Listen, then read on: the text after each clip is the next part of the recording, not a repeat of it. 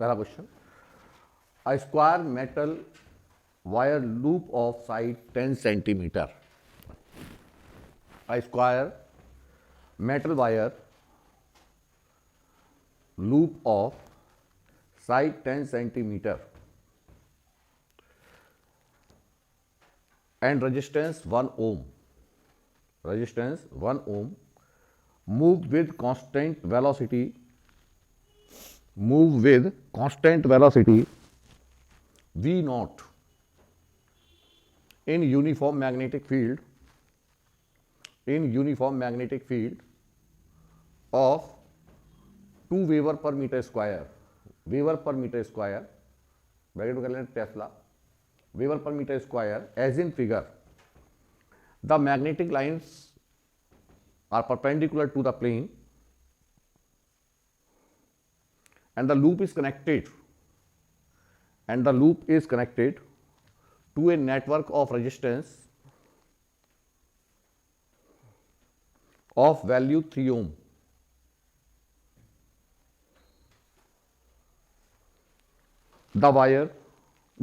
The resistance of wire OS and PQ are negligible.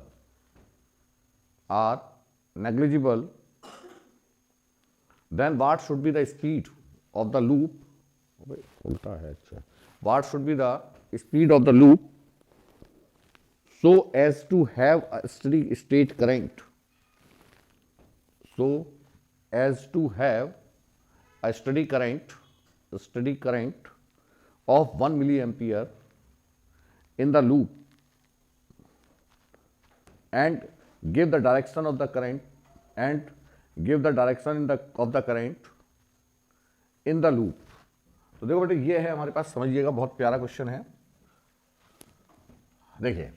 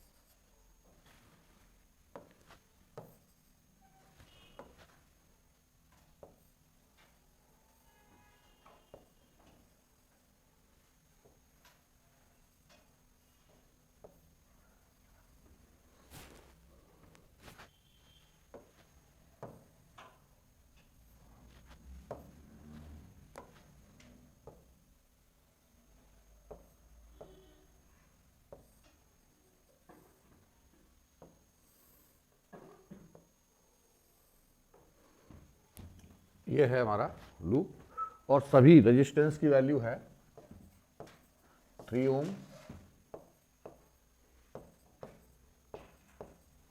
3 ओम, और यहां पर मैग्नेटिक फील्ड है. This is the magnetic field.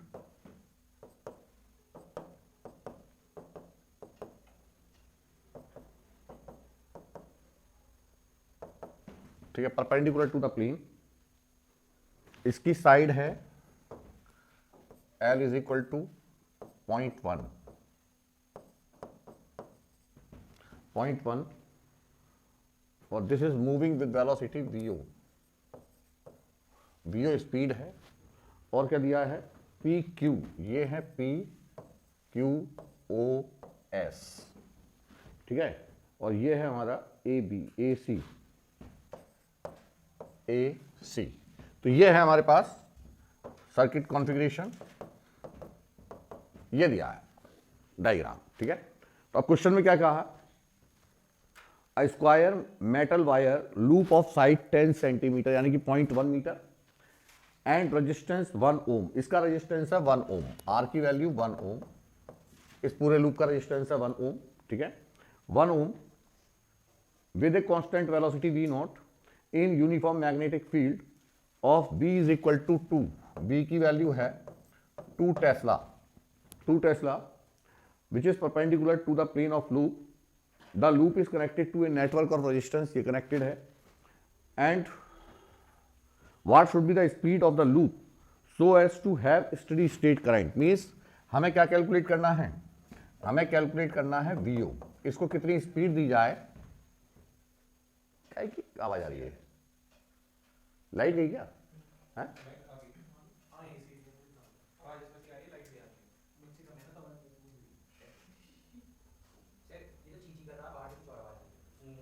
हाँ भाई तो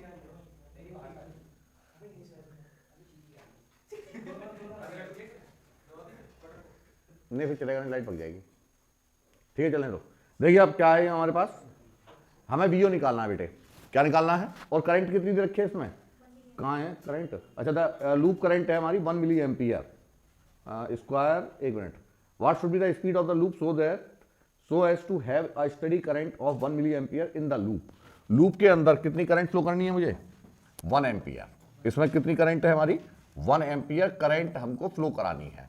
तो ये करंट कौन सी होगी, दैट इज इंड्यूस्ड करंट। ठीक, तो अब बताइए क्या कंसेप्ट लगेगा कि when a conductor is moving with velocity v in uniform magnetic field. ठीक है, तो क्या होता है, बिकॉज देखिए समझो यहां से ध्यान से, ये परपेंडिकुलर है, ये मूव कर रहा है, इसका रेजिस्टेंस है कितना, R इज इक्वल टू 1 ओम। तो जब ये पूरा मूव करेगा तो कितना फोर्स लगेगा इसके ऊपर, क्या निकालेंगे इसका, पहले हमें V निकालना है, तो क्या लगेगा, I is equal to E upon R, और E बराबर VLV। E बराबर क्यों, क्योंकि दोनों कंडक्टर के दोनों एंड्स मूव कर रहे हैं। तो देखिएगा, since whole conductor is moving that's why whole conductor is moving in uniform magnetic field and hence an EMF is induced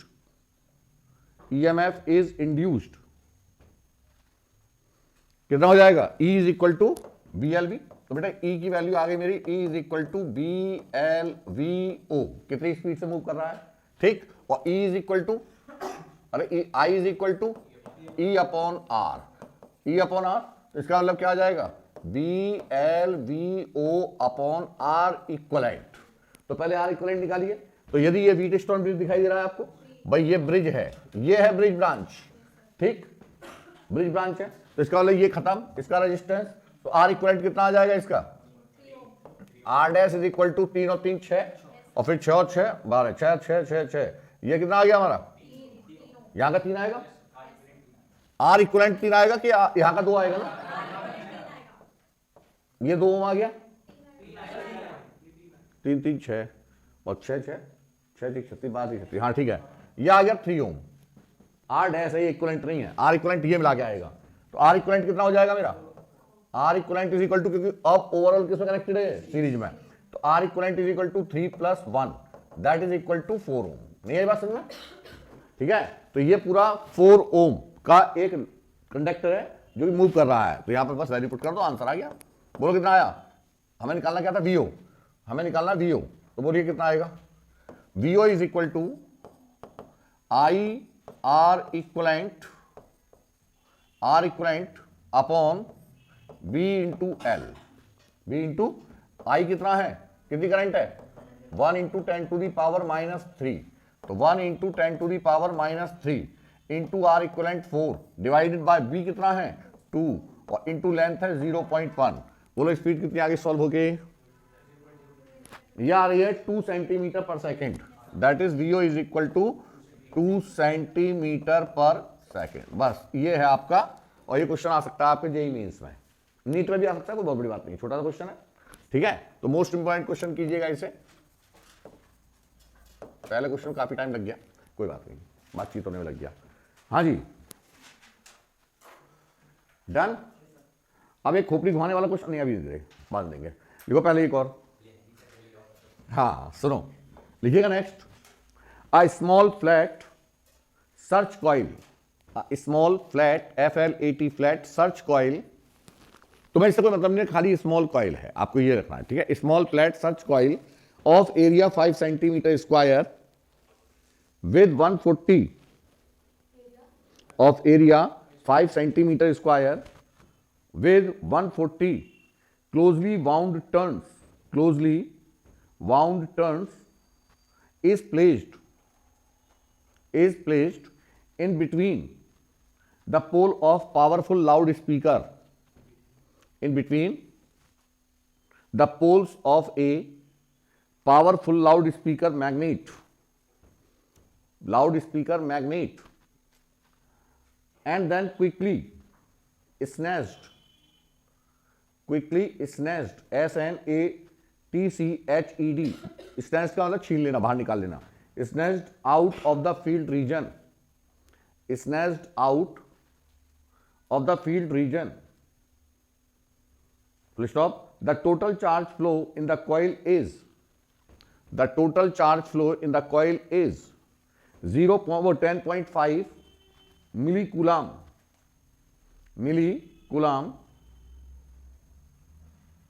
if the resistance of the coil is 0.6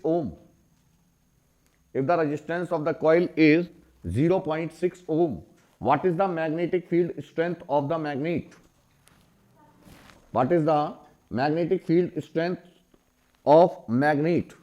तो उन्होंने क्या कहा हमसे कि ऐसे मान के चलो, देखिए ध्यान से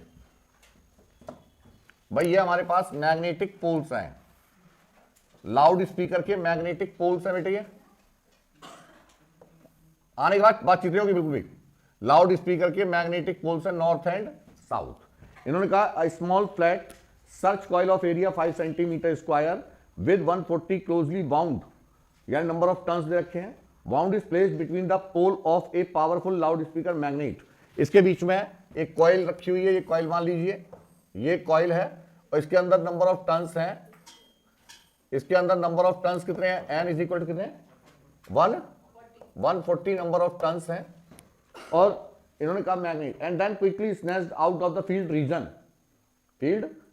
इसको तुरंत खींच लिया ऐसे, नहीं है बस में भाई, ये हमारी कॉइल है ऐसे, देखो जरा इधर, ये ऐसे है, यानी कि total magnetic line of force are linking with the area, total line of forces are linking with the, और जैसे मैंने इसको खींचा तो इसका मतलब क्या हो जाएगा? मैग्नेटिक फ्लक्स चेंज होगा, और मैग्नेटिक फ्लक्स चेंज होगा तो ईएमएफ इंड्यूस्ड होगा। सारी चीज आ रही है इसमें, ठीक। तो वहां से इंड्यूस्ड चार्ज डेवलप होगा। क्या होगा? इंड्यूस्ड चार्ज, ठीक। तो लिखिएगा by snatching out the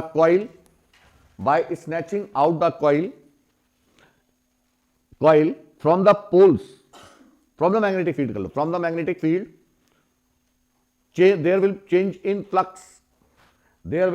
in flux, and hence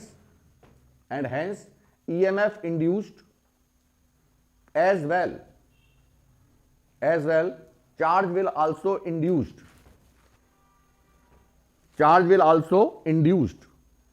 इन्होंने क्या पूछा? What is the field of the strength. तो चार्ज दे रखा, तो गिवन क्या है बेटे जरा बताओ, क्योंकि इसने चार्ज दिया है इसलिए। तो पहले बताइए गिवन क्या, जल्दी जल्दी बोलिए गिवन क्या है। हमारे पास है 5 सेंटीमीटर स्क्वायर, यानी कि area that is equal to 5 into 10 to the power -4 metre square. Number of turns कितने दे रखे हैं? 140 नंबर ऑफ टर्न्स हैं। मैग्नेटिक फील्ड की स्ट्रेंथ कितनी गिवन है, यही कैलकुलेट करनी है। और क्या दिया है? अरे जल्दी, इस कूलम चार्ज दे रखा है, Q बराबर कितना है? 10.5 into 10 to the power -3 coulomb, ठीक है। जैसे ही चार्ज आया तुरंत आपके दिमाग में क्या आना चाहिए कि Q बराबर डेल्टा फाई अपॉन आर। उस दिन डेरिवेशन कराया मैंने। मैग्नेटिक फील्ड के अंदर जैसे चार्ज का आ जाए कंसेप्ट, तो क्या होगा कि डेल्टा Q बराबर that is charge induced is equal to delta phi upon R. This is the concept. और ये मैंने ड्राइव कराया आपको, इसके अलावा कोई फार्मूला है ही नहीं, तो सोचने की जरूरत क्या है। इसका मतलब पहले हमें निकालना डेल्टा फाई। तो जब total area is link with the surface, वो link total flux link with the surface, तो क्या आएगा? Phi 1 is equal to N B A, अरे phi is equal to B into A, और नंबर ऑफ टर्न्स के साथ N into B ए, ठीक है। और ये तो आ गया फाई 1, और बाहर खींच लिया तो फाई 2 कितना हो गया? No line of flux, no line of force, ठीक है।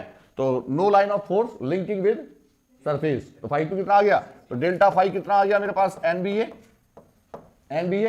तो इसका मतलब डेल्टा, हाँ आ गया, डेल्टा क्यू, अरे क्या है, delta Q is equal to N B A upon R. Put the value, get the result answer.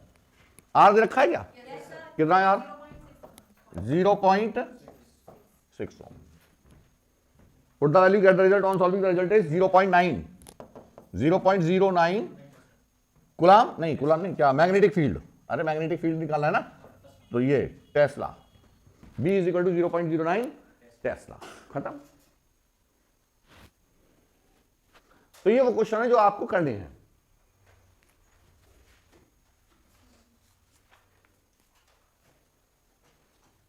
चलिए लिखिए नेक्स्ट. डन. लिखिए next. The magnetic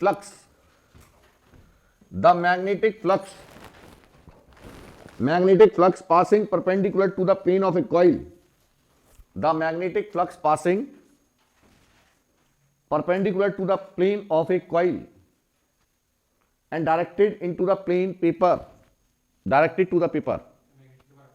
The magnetic flux passing perpendicular to the plane of a coil and directed into the paper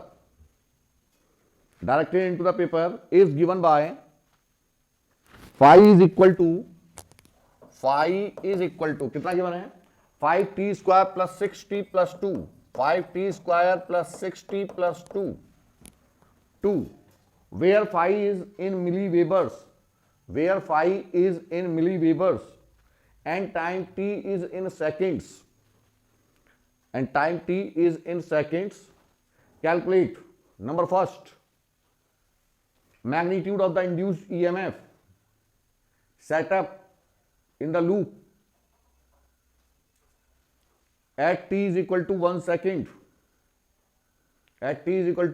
तो क्या आ जाएगा क्या induced EMF बेटा, E बराबर d phi upon d t, that is equal to 10t plus 6. तो at t is equal to कितना, 1 second. कितना आ गया, E is equal to 16 milli volt. क्यों, क्योंकि इसने फ्लक्स किसमें दिया है, मिली वेबर में. ये आ गया मिली वोल्ट. सेकेंड पार्ट लिखिएगा. What is the direction of current through the register R? What is the direction of current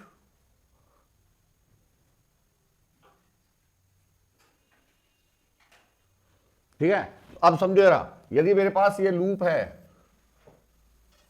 ये मान लो लूप है, इसका रेजिस्टेंस कितना है, R. ये लूप है और ये रखा हमारा किसके अंदर, मैग्नेटिक फील्ड के अंदर. And magnetic field is into the paper. ठीक है, इनटू द पेपर. तो फ्लक्स वेरिएबल है at time t is equal to second पर इतना आया. अब बताइए करंट की डायरेक्शन क्या होगी, फ्लक्स चेंज हो रहा है इसीलिए इंड्यूस्ड ईएमएफ है. इंड्यूस्ड ईएमएफ तो कैसे करेंगे बोलो, करंट पहले सिंपल करंट निकालो. तो सिंपल करंट क्या आएगी, अरे ई अपॉन आर तो आएगी, रैप्ट सुन दूंगा मैं. वो तो इंड्यूस्ड करंट आएगी, वो तो इंड्यूस्ड करंट है क्योंकि इंड्यूस्ड ईएमएफ है. जब हम इसको बाहर की तरफ खींचेंगे तो फ्लक्स चेंज होगा. क्या होगा, फ्लक्स चेंज. तो फ्लक्स चेंज करने पर करंट क्या आएगी, हाँ इंड्यूस्ड करंट क्या आएगी बोलो. तो इंड्यूस्ड करंट की डायरेक्शन कैसे निकलेगी कि भाई हम इसे बाहर की तरफ खींच रहे हैं, ऐसे मान के चलो ये हमारे पास यूनिफॉर्म मैग्नेटिक फील्ड है, ये हमारे पास यूनिफॉर्म मैग्नेटिक फील्ड है और इस यूनिफॉर्म मैग्नेटिक फील्ड के अंदर ये कंडक्टर है और मैं इसको वेलोसिटी प्रोवाइड कर रहा हूं ऐसे. ठीक है. अब यदि मैंने इसको वेलोसिटी प्रोवाइड की तो क्या आएगी करंट, ये तो फोर्स हो गया, ये डाउनवर्ड आएगी करंट, डाउनवर्ड करंट है. तो ऐसे इसका मान के चलो ये है, इसको मैंने बाहर खींचा, तभी तो फ्लक्स चेंज होगा. फ्लक्स चेंज करने के लिए क्या ऐसे मोशन देना पड़ेगा. तो इसको मोशन दिया मैंने, इस तरीके से खींचा तो क्या आएगी, मैग्नेटिक फील्ड ये है, इसको ऐसे खींच रहा हूं, करंट ये गई यानी करंट ये आ रही है और ये करंट कैसे जाएगी, ये तो क्या बनेगा यहां पर, साउथ पोल यानी क्लॉकवाइज डायरेक्शन. क्या आ रही है करंट की डायरेक्शन, इसमें कहां है, एंटी क्लॉकवाइज. अच्छा हाँ, ये तो आगे करंट और इंड्यूस्ड करंट क्या हो जाएगी इसकी, अपोज कर जाएगी. ठीक है, इंड्यूस्ड करंट क्या हो जाएगी इसका, अपोज करेगी. बस ये कर लेंगे. ठीक है, पहले करंट की डायरेक्शन निकाल लो अपने तरीके से, फिर उसके बाद में उसकी डायरेक्शन को रिवर्स कर दीजिए, that is the direction of induced current. ठीक है,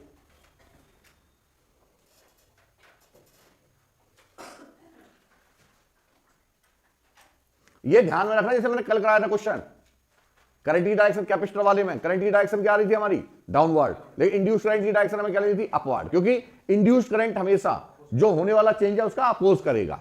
हम इसे बाहर की तरफ खींचेंगे, इंड्यूस करंट उसे वापस खींचेगी। इंड्यूस करंट क्या करेगी, उसे बाहर की तरफ, हम नीचे की तरफ खींच रहे हैं उसे ऊपर की तरफ खींचेगी। ठीक है, क्वेश्चन छूटे तुम्हारे 3। चलिए ठीक है, अब आते बेटे हम अपने मेन काम पे लगते हैं। ये वो क्वेश्चंस थे जो कि कुछ एक्स्ट्रा टाइप के थे। बाकी तुम्हारे यहां पे जो क्वेश्चन आएंगे वो लिख लीजिएगा पहले। एनसीईआरटी के कौन कौन से क्वेश्चंस आपको करने हैं, लिखेगा questions from NCERT exercise, question from NCERT exercise number 6.3। NCERT की बुक तो रखी होगी, और नहीं हो तो डाउनलोड कर लेना, है ना। 6.3, 6.5, भाई 6.3, 6.4, 6.5, 6.7, 6.7, 6.8, 6.9, 6.10, 6.10, 11, 11,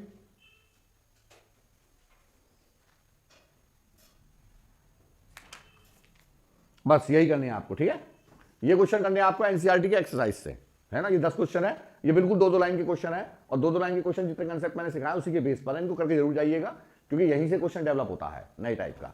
ठीक है, इसी के बेस पर। कहां से कहां तक मैंने लिखवा दिया ना, हाँ करके देखिएगा। अब बेटा हम आते हैं अपने, लिखिएगा पहले क्वेश्चन ले रहा हूं मैं, नीट क्या करेगा,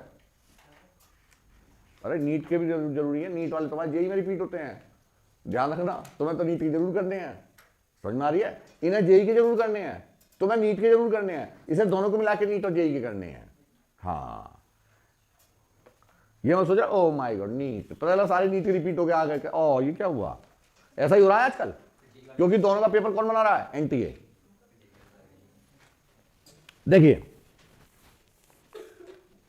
पहले मैं ले रहा हूं नीट 2020 का क्वेश्चन, नहीं करना नहीं है, समझ लो, बस सुन लो, अपने आप करते रहना, इतना टाइम ना रखा हम पे। द मैग्नेट सुन के ही सॉल्व हो जाएंगे, बता दिए मैंने। देखो नीट 2020 का, the magnetic flux link with a coil is given by the equation phi is equal, ये तो अभी करा दिया, phi is equal to 5t square plus 3t plus 16। phi दे रखा है, आपसे पूछा induced EMF in the coil at the 4th second, तो ये 4th second t is equal to 4 second पर निकाल लेंगे। ठीक है, तो ये आ जाएगा निकल के। फिर उसके बाद में, हाँ उसके बाद दूसरा क्वेश्चन आया है, a coil of resistance 400 ohm is placed in uniform magnetic field if the magnetic flux link with the coil phi is equal to 50t square plus 4 the current coil at 4 second निकल आएगा। I is equal to E upon R, E बराबर d phi upon d t, कार्य समाप्त।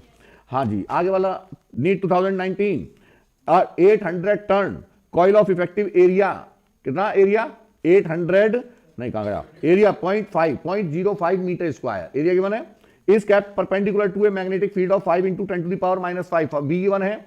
Then वो when the plane of the coil is rotated by 90 degree से मैंने rotate किया around any of its coplanar axis in 0.1 second, time दे रखा है। The EMF is induced in the coil, तो ई बराबर डेल्टा फाई अपॉन और delta phi बराबर B A cos theta. Magnetic field दे रखा है, एरिया दे रखा है cos θ1 माइनस cos θ2, तो cos θ1 कितना है 0, cos θ2 कितना है, याद रखिएगा जब हम लेते हैं नेगेटिव साइन तो क्या होता है बी ए कॉस θ2 माइनस 1, और जब प्लस लेते हैं तो θ1 माइनस θ2, ये याद रखना है, पता नेगेटिव में गलती कराए, ठीक हो जाएगा। बस ऐसे कैसे क्वेश्चन है, बताओ क्या कराऊं मैं इनका। हाँ जी, नेक्स्ट फिर से ऐसा ही आ गया क्वेश्चन, इन्होंने यही कहा, a magnetic field of 2 × 10 to the power -2 Tesla act at right angle to the coil of the area 100 centimeter square with 50 turns, n दे दिया आपकी से। the average EMF induced is 0.1 volt, यानी कि induced EMF की value they the when it is removed from the field in time t, तो time t की value पूछ रहा है, क्या क्या दिया है देखो, मैग्नेटिक फील्ड दे रखा है, एरिया दे रखा है, नंबर ऑफ टर्न्स दे रखे हैं, इंड्यूस्ड ईएमएफ दे रखा है, टाइम पूछा है, तो ई बराबर delta phi upon delta t, और डेल्टा फाई बराबर क्या हो जाएगा N into B A, N into, तो एन बी खत्म आंसर। ऐसे आएंगे और क्या क्या लगा तुम्हारे वैसे आएंगे, तो चिंता मत करो, ऐसे आएंगे, अभी आ रहे हैं, सुन लो बस। ये है तो थोड़ा सा कान घुमा के करना पड़ता है, इतना मैंने सिखा दिया कि घुमा सको, ठीक है, और ना घुमा सको तो कोई बात ही नहीं है। हाँ जी, तो अब नेक्स्ट क्वेश्चन है, जो मैंने कराया था ये वाला क्वेश्चन है जो आईआईटी में आ चुका है, ये इसका एरिया निकाल लेना है, ठीक है। ये क्वेश्चन है, ये दे रखा है, करंट और वर्सेस टाइम ग्राफ दे रखा है उन्होंने, और हमसे पूछा है magnitude of change in flux, magnitude of change in flux किस किसके बीच का ग्राफ है ये है आयोट, करा दिया मैंने ये वाला क्वेश्चन, ठीक। फिर उसके बाद थ्योरेटिकल क्वेश्चन पर आप अपना दिमाग खुद लगाएंगे, मैंने लगाने का, उससे मैं दे दूंगा मैं आपको। हाँ जी, ऐसे ही आया है मोशनल ईएमएफ इफेक्ट, ये किसके क्वेश्चन थे, ये थे हमारे based on magnetic flux and electromagnetic induction के बेस पर। अब आ रहे हैं मोशनल ईएमएफ। अब जैसे मोशनल ईएमएफ है तो मोशनल ईएमएफ में केवल दो ही कंडीशन होंगी, या तो दोनों को एंड ओपन का मूव करेंगे, या एक एंड मूव करेगा, एक एंड मूव करेगा तो हाफ BLV, और दोनों एंड मूव करेंगे तो BLV। बस इतना याद रखोगे। पहला question, a straight line conductor of length 0.4 meter is moved with a speed of 7 meter per second perpendicular to the magnetic field of intensity 0.9 weber per meter square. The induced EMF across the conductor is, थोड़ा तेज बोल गया, सुनो, a straight line conductor of length कितनी दे रखी है 0.4 metre, L दिया है, is moved with a speed of 7, L दे रखा है, B दे रखा है 7 मीटर पर second, perpendicular to the magnetic field B दे रखा है, तो the induced EMF BLV जो भी आए, ठीक है। उसके बाद थ्योरी है, थ्योरेटिकल आगे मतलब। अब आगे आ जाओ, देखिए मैं कितना अच्छा हूं। ओ नो, नीट 2020 में आया क्या, जो मैंने कल क्वेश्चन कराया था, a wheel with 20 metallic spoke, कल कितने कराई थी हमने 12, इसमें कितनी दे दी 20, बस इतना ही। इतना ही दिमाग लगाते हैं जो पेपर बनाने वाले हैं, वो 20 की जगह क्या कर देंगे 12, इससे ज्यादा का दिमाग है ही नहीं उनके अंदर। कर लोगे इसे, कर लोगे ना, हाँ यही है।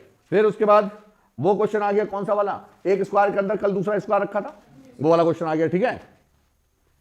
एक स्क्वायर के अंदर, तो ये आया था AIPMT 15 में, ठीक है। अब आ जाओ, चलो मैं पढ़ दे रहा हूं, देखिए, अ conducting circular loop is placed in uniform magnetic field. आइए, चाय पीनी है, किसे किसे पीनी है बताओ, पैसे ले रहे हैं इनसे 20-20 रुपए।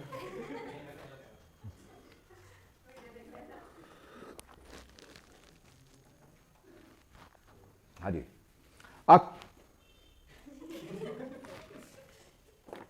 कंडक्टिंग, देखो मैं क्या कह रहा हूं तुमसे, तुम लोग वास्तव में दिमाग नहीं लगाते हो पेपर में। जब मैं पेपर बना के देता हूं आपको तो आप लोग उसमें दिमाग नहीं लगाते हो। यकीन मानो सारे के सारे क्वेश्चन यही होते हैं, बस थोड़ा बहुत मेरा कभी कभी मन करता है तो थोड़ा डेटा चेंज कर देता हूं, यही होते हैं। मैच कर लेना घर जाके, एक भी नहीं सारे मिलेंगे, तुम बेवकूफ तो पढ़ के नहीं आते हो, डेटा ही तो चेंज होता है ना भाई। उसमें जैसे मैंने किसे क्या दिया था, वो क्या कहते हैं, मैच द कॉलम दिया था। अब एक बात बताओ, तुमसे एक की किसी की डायमेंशन पूछूं तो उससे अच्छा सारी की पूछ लूं, तो मैंने एक मैच बना दिया मैच द कॉलम, तो तुम्हें सारी की डायमेंशन याद पूछ ली मैंने, अरे पढ़ के आया होगा, बना दिया होगा मैच द कॉलम, 2 की निकालो 4 की तो अपने आप मिल जाती है, वो नहीं है तो इसमें थोड़ा सा मॉडिफिकेशन किया मैंने, है ना। एक क्या था, हाँ क्लॉकवाइज की जगह एंटी क्लॉकवाइज डायरेक्शन डाल दी हमने, और तुमने बाई चांस कोई पढ़ के आया था तो वही वाला क्वेश्चन है, रात को पढ़ के आया था, उसे डायरेक्शन ही चेक नहीं करके हो गया गलत, तो इसमें मेरी गलती तुम्हारी गलती, तुम्हारी गलती है। हाँ जी, देखिए अब next, a conducting circular loop is placed in a uniform magnetic field B बराबर 0.025 tesla with its plane perpendicular to the loop, ठीक है। मैग्नेटिक फील्ड कैसा, plane perpendicular to the loop, the radius of the loop is made to shrink at constant rate 1 millimetre per second, the induced, चलो इसे लिख लो, जरा करो इस वाले क्वेश्चन को लिखिएगा, अ कंडक्टिंग सर्कुलर लूप, हाँ ये क्वेश्चन एक लगा थोड़ा सा अलग से नहीं है, वैसे है कुछ नहीं है आपको, देखिए लिखिएगा, अ conducting circular loop is placed in a uniform magnetic field, is placed in a uniform magnetic field 0.025 Tesla with its plane perpendicular to the loop. Full stop. The radius of the loop is made. आज जाके P Y को मिटा देना इसके. The radius of the loop is made to shrink. The radius of the loop is made to shrink at constant rate 1 millimeter per second. The induced EMF when the radius is 2 centimetre, 2 centimetre. तो बताओ जरा क्या निकालना है इसमें खुद। अरे copy pen मत छुओ भाई, no no no no no no. हाँ, क्या निकालोगे कि how much time to taken shrink up to 2 centimetre. वो क्या कह रहा है, रेट क्या कह रहा है, श्रिंक। अरे श्रिंक का मतलब सिकुड़ रहा है। पहले मेरा लूप मान लो आर रेडियस का था, 2 सेकेंड मतलब कितनी सेकंड की स्पीड से, 1 मिलीमीटर पर सेकंड। 1 मिलीमीटर का मतलब है 0.1 सेंटीमीटर। सही हूं मैं? हाँ हाँ सही है ना। 0.1 सेंटीमीटर पर सेकंड की स्पीड से क्या हो रहा है, श्रिंक हो रहा है। तो 2 सेंटीमीटर श्रिंक होने में कितना टाइम लगेगा, देख ले। सही है रहा हो? अरे 2 सेंटीमीटर मतलब 0.1 से 1 होने में कितना लगा, 10 सेकेंड। और 2 सेंटीमीटर होने में 20 सेकेंड।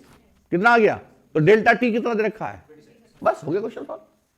अरे नहीं आया, देखो जरा बी कितना दे रखा है बता।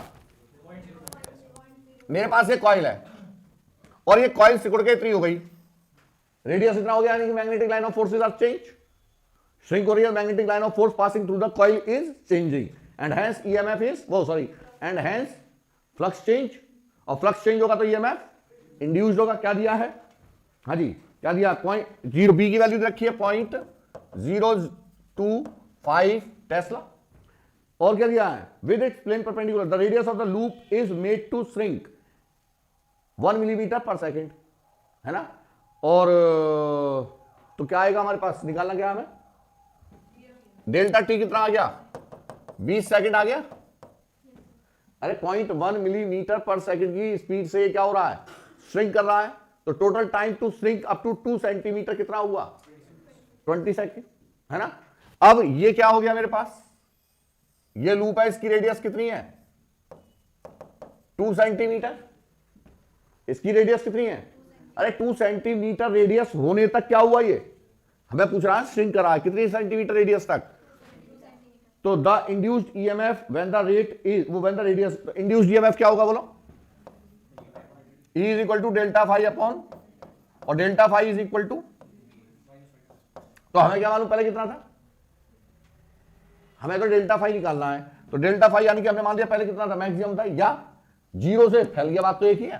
कितना आया बोलो, B into delta A, B into delta A one तो दिया नहीं है इसने, कितनी रेडियस है, तो हम तो लास्ट वाले की मान के चलेंगे। तो B delta A upon delta t, और B कितना है जो भी दे रखा 0.025 इंटू डेल्टा ए, कैसा है सर्कुलर लूप है, कैसी है सर्कुलर है, तो pi r square upon delta t कितना आ जाएगा 20 सेकेंड। जरा निकालना कितना आया जल्दी से फटाफट, 0.025 into pi into 2 into 10 to the power 4 into 10 to the power -4 upon 20। हमें दिया क्या है इसने, हमें दिया इसने dr अपॉन dt,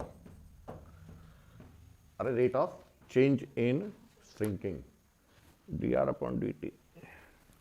अच्छा जरा इसे करना, बी पाई है, ये तो पाई है ना, अबे हट जा, लगाना देखना इससे आ रहा है क्या,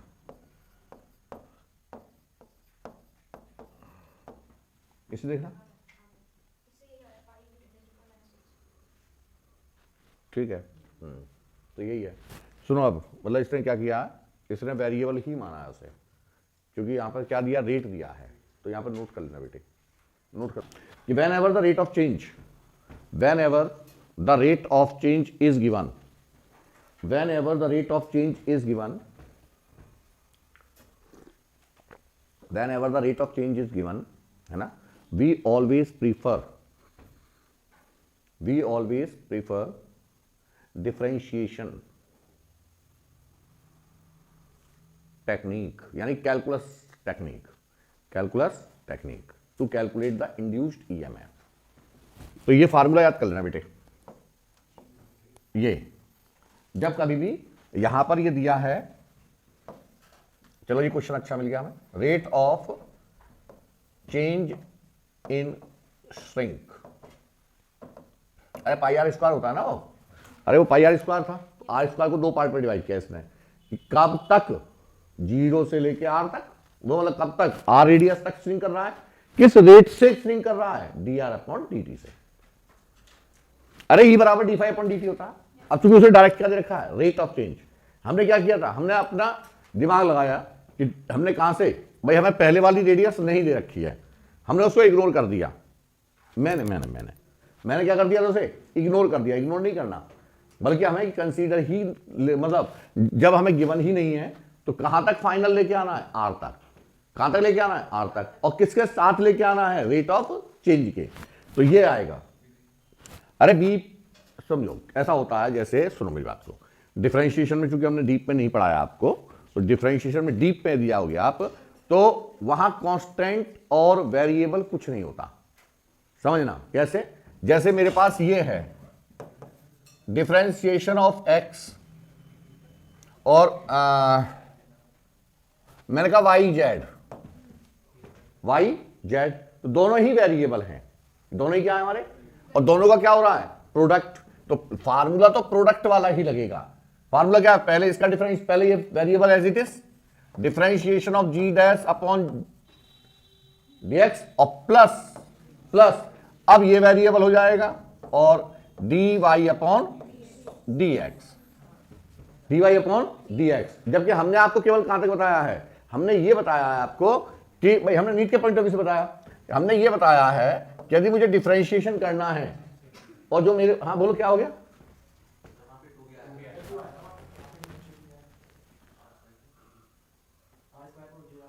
टू से आ रहा है, टू का, अच्छा ये वाला, सॉरी, ओ तो थैंक यू, है ना, वो डिफरेंशिएशन तो किया ही है ना मैं। तो सुनो, जैसा हमने ये किया, तो यदि हम ये कर रहे हैं तो यहां पर दोनों क्या है हमारे, दोनों ही वेरिएबल हैं, दोनों ही क्या है। जबकि हमने क्या सिखाया है, हमने आपको ये बताया आपके पॉइंट ऑफ व्यू से बेटे, नीट के पॉइंट ऑफ व्यू से, है ना, तो वो क्या बताया था कि यदि ये ऑपरेटर है तो ऑपरेटर का वेरिएबल क्या है, एक्स, तो बाकी फंक्शन का वेरिएबल क्या है, वाई जेड। इसका मतलब with respect to operator variable y z remains to be constant. यही तो बताया हमने। यहां केस अलग हो गया थोड़ा, कि यहां पर दोनों चीज वेरी कर रही है, रेडियस श्रिंक कर रही है किसके साथ, टाइम के साथ में, यानी कि रेडियस क्या है मेरी, वेरिएबल है, रेडियस क्या है, बस ये गलती कर दी मैंने। तो क्या हो जाएगा यहां पर, वैसे तो हम ये लिखते d y upon d t R square, समझना ध्यान से, क्योंकि यहां पर रेडियस क्या है, रेडियस वेरिएबल है, तो फार्मूला क्या लगेगा, 2r dr upon dt, 2r dr upon dt, वो एज इट इज रहेगा वेरिएबल, ठीक है, तो ये लग जाएगा। अरे जेई वालों को तो मैथमेटिक्स में पढ़ाते हैं, ये आ जाएगा, तो इसे नोट कर लीजिएगा। तो आंसर कितना आ जाएगा यहां पर आपका, pi into 10 to the power -6। चलो अच्छा वो करा दिया, ध्यान रख, अभी बक्से के अंदर कर लेना क्वेश्चन को, तुम नीट वाले खास तौर से।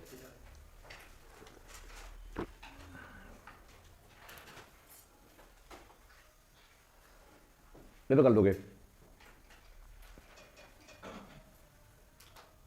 मैं वो दे रखा है, उसने मैग्नेटिक फील्ड दे रखा है और रेडियस वगैरह सब चीज दे रखी है, रेजिस्टेंस वगैरह दे रखा है, और भाई पूछा है ना, सिंपल फार्मूला बेस्ड।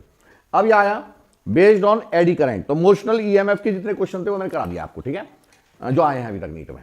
बाकी वो है कंसेप्चुअल बेस्ड में, एक बार पढ़ लीजिएगा, नहीं आएंगे तो मैं बता दूंगा फिर आपको, मतलब थ्योरी बेस्ड, ठीक है। अब बेस्ड ऑन एडी करंट वो मैंने दे रखे हैं आपको उसमें, नोट्स में दिए हैं वो, बेस्ड ऑन एडी करंट। तो एडी करंट पे एक ही क्वेश्चन आया है इसमें नीट 2019 में, in which of the following device the eddy current effect is not used, ये बताया था मैंने। तो इसमें नहीं, इसमें इलेक्ट्रिक हीटर दे रखा है, चलो ध्यान नहीं रहा, हीटर है ना, हीटर वो फ्यूज वायर सर्किट को ओपन करने के लिए था, ठीक है, हीटर है। Magnetic braking in train, yes it is the example of eddy current, braking of train. Electromagnetic, yes, और इंडक्शन फर्नेस, ये भी एग्जांपल है, टेम्परेचर इंक्रीज करने के लिए। तो इसने कहा इलेक्ट्रिक हीटर नहीं है, heater is not example of या not application of eddy current, heater is not application of eddy current. बैठो, एडी करंट, ठीक है। अब देखिए यहां पर based on self induction and mutual induction, लिखिएगा question based on self induction and mutual induction. तो पहला क्वेश्चन यही है जो मैंने पूछा था आपसे, what are the factors on which self inductance depends. तो पहला क्वेश्चन दिया इन्होंने ये कि if n is the number of turns in a coil the value of self inductance varies, तो n स्क्वायर। अरे एल इज क्या फार्मूला मेरा, L is equal to mu naught N square A upon L. तो N, अरे यही तो था, तो L is directly proportional to N square. ठीक है, हो जाएगा खत्म, ये आया था। फिर उसके बाद में the current in the self in a self inductance, सुनो सुनो सुनो, जहां जरूरत पड़ेगी वहां लिखना, सारे नहीं लिखने, इतना टाइम नहीं रखा। The current in self inductance, the current in, चलो जो भी रखा है, the current in a self inductance L is equal to 40 milli henry to be increased uniformly from 1 ampere to 11 ampere. यानी कि क्या है ये वेरिएशन, dt, डेल्टा टी नहीं सॉरी डेल्टा आई का वेरिएशन है in 4 milli seconds, delta t दे दिया। The EMF induced in the current, तो E बराबर L d I upon d t, L is equal to नहीं, E is equal to L delta I upon delta t. Delta I कितना हो गया 10 और delta t दे रखा है 4, ठीक है, इसे लिख लो, एक लिखो। In an inductor of self inductance 2 milli henry, current change with time, current change with time, क्या दे रखा है इसमें, अच्छा वो एमआर शीट की वो लेके आया ये, चलो ये भी अच्छी बात है, रुक जाओ जरा चेक कर लूँ। अच्छा ये वो है एक सेट, अच्छा ये अपने वो है टेस्ट पेपर, एक टेस्ट लेके आया है ये, ले लेना वो जब दे तो उसको कम से कम एक फ़ायदा तो मिल जाएगा तुम्हें। वो क्या है कि आपको OMR सीट मिल रही है, इसकी उठा के फोटो स्टेट करा लेना 100 कॉपी फोटो स्टेट, 100 क्या 100 करा लो, 200 करा लो, जितनी तो प्रैक्टिस कर सकते हो तो उतनी 100 कॉपी करा के रख लीजिएगा। और जब भी पेपर प्रैक्टिस करें तो इसी पर OMR सीट पे भरने हैं आपको, ठीक। बार बार इसकी रोल नंबर, अपना कोई डमी रोल नंबर ले लीजिए, टिपिकल सा है ना, जैसे आता है लास्ट ईयर वाला जो तुमने दिया हो क्वेश्चन, किसी ने भी रखा हो, जिसके पास नहीं है वो चेक कर लेना। टेस्ट बुकलेट नंबर छोड़ना नहीं है, छोड़ दूंगा मैं, कुछ भी नहीं, एक टिपिकल जो वहां का है किसी से ले लेना, जिसने एग्जाम दिया उससे ले लेना। और जैसे टेस्ट बुकलेट नंबर यही तो दी होती है OMR सीट, तो इसे भरने का बार बार ये है कि वहां मिस्टेक नहीं होगी, वहां इसमें बहुत मिस्टेक होती है। यकीन मानना कम से कम 10,000 स्टूडेंट खाली इसी की मिस्टेक से बाहर निकल जाते हैं, आउट। पता टेस्ट बुकलेट नंबर ही नहीं भर के आया है ना, या सारा भर दिया रोल नंबर गायब, ऐसा हो जाता है, ये कोई नया खेल थोड़ी ना है ना। तो वो सारी चीजें आपको देख लेना। हाँ चलो बाद में आएगा वो ब्लॉग में। हाँ, in an inductor of self inductance L is equal to 2 milli henry, current change with time 2 milli henry, comma current change, क्या हो गया बेटा, करंट चेंज अब नहीं आने की, current change with time according to relation I is equal to t square e to the power of minus t, ठीक है। At what time EMF is 0। आपसे पूछा कितने टाइम में EMF 0 हो जाएगा, तो मुझे क्या मालूम कितने टाइम में 0 हो जाएगा, कोई मैं सगुनी थोड़ी ना हूं। तो क्या करेंगे, पहले इसका EMF निकालो, और EMF क्या होता है, L di अपॉन dt। तो बोला इसका डिफरेंशिएशन कर लोगे, नहीं, क्यों, क्योंकि ये क्या है हमारा, अरे इसमें एक ये है और एक ये है, प्रोडक्ट का रूल लगाएंगे। और प्रोडक्ट का रूल क्या होता है बेटे, समझ लो, इसे याद कर लेना, चूंकि एग्जाम में क्वेश्चन आ चुका है, कर लेना इसे, d अपॉन dt t square e to the power of minus t. तो इसे मान लो फर्स्ट फंक्शन, इसे मान लो सेकंड फंक्शन, दोनों अलग अलग फंक्शन है, एक एल्जेब्रिक फंक्शन और एक एक्सपोनेंशियल। क्या है, एक एक्सपोनेंशियल और एक एल्जेब्रिक फंक्शन है। तो फार्मूला लिख लो, d अपॉन d x x1 into x2 is equal to x1 first variable as it is, differentiation of second plus second function as it is, और डिफरेंशिएशन ऑफ फर्स्ट, ठीक है। तो यहां लगाएंगे हम, L तो बाहर रहेगा ब्रैकेट, तो t square as it is, differentiation of e to the power of minus t, और plus e to the power of minus t as it is, differentiation of e to the power, sorry t square, तो क्या आएगा बोलिए, L t square, तो t square रहेगा, no change, e to the power of minus t का, तो e to the power of minus t का minus e to the power of minus t, अरे माइनस टी का करेंगे तो -1 आ जाएगा, minus e to the power of minus t, और plus e to the power of minus t as it is, t square का differentiation 2t। और इसने कहा ईएमएफ जीरो हो जाए तो जीरो कर दो। उसने कहा टाइम बताओ कितने टाइम में ईएमएफ जीरो होगा, हमें क्या मालूम कितने में होगा, उठा के जीरो कर दो।